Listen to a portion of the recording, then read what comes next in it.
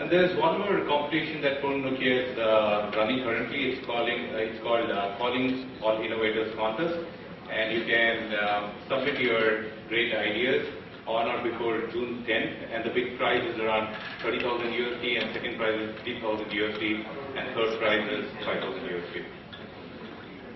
And there are a couple of again big landmark in terms of downloads that OV Store has got over the last couple of weeks. So OV Store officially now has become the #1 app store in Asia. This is the numbers which has been given.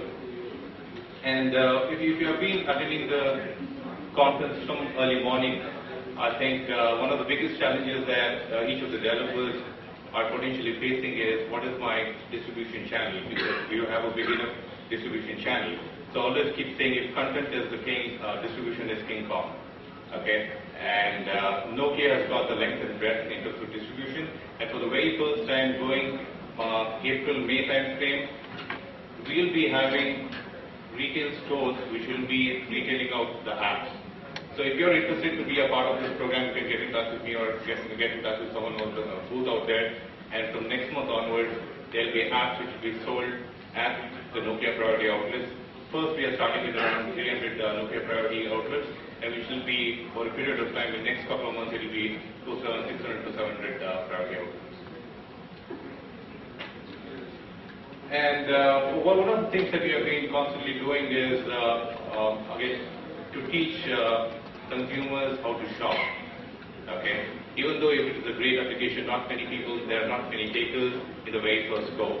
Okay, one of the major initiatives that Nokia has taken is to have apps at retail where, as soon as a consumer buys a phone, immediately he has been engaged along with a service manager who talks about what are the kind of apps that you got which is compatible to your phone. And it's all the apps we got is under the try and buy scheme. And there are at least around 10 to 15 apps that we force on his phone at any given point in time. So that's how we are educating the consumers on what this app store is all about and how we can go ahead and start buying from that OV store.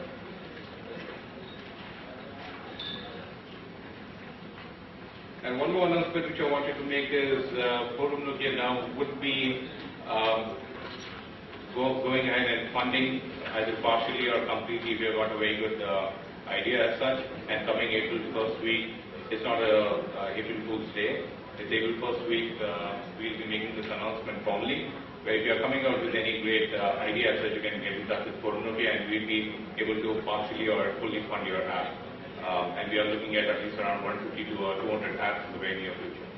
Okay, so this is the announcements which I wanted to make, and thanks a lot. Nokia has been associated with Momo for almost around 4 years now from day one, and will continue to be associated with Mobile Monday, and this is a great chapter. And thanks a lot for your support. Thank you. It's time for big fight. That's what I call it. Are you guys ready? Okay. Let me call upon Raja, who is a strategist at Sasuke. He knows technology in and out. Great mindset of what's happening around. Without wasting time, I'd like to call upon Raja on the stage and begin the panel discussion. Thanks, Chintan. Without much wait, let me just call my esteemed panelists right away on the stage. Vadiraj Aralappan, he heads the mobile practice at Mindtree. Vadi, please assume your stool. You can choose. We have Vaidiswaran Sethuraman, CEO of Divam. Vadi and Vaidi. I'd like to call Vishi, Vishwanath Ramachandran. He is the CTO of SMS Kavsha. Welcome, Vishi. And Varun Krishnan of Phone Arena Frame, runs an extremely successful mobile blog, World Traveler. Welcome to the panel. No beard though. It's a dry day today. I'm going to be standing here. That's a much better way of conducting this panel discussion. I want you guys to be comfortable. I hope the mics are all on. The caller mics, are they on? All the caller mics are on? Okay, great. So I think through the day there were a lot of indicators of how complex this business of mobile applications is. And this is a sort of the grand finale where we set out to share perspectives of people who've been there, done that, first-hand experiences, and we'll aptly call it Appconomics or Appconomics, and transfer for an app. I'm going to allow each of our speakers to say one or two lines about something that we don't know of about themselves. Let's form a connect with each of them, and together as a group, that's where the maximum benefit comes through this session. Varun, why don't you go first? I'm Varun from Phone Arena. So I've been with mobile user for like 5 to 6 years now, and also been using devices which like came out of the market. Vishay? Yeah, hi, I'm Rishi. Nice to be here and meet all of you.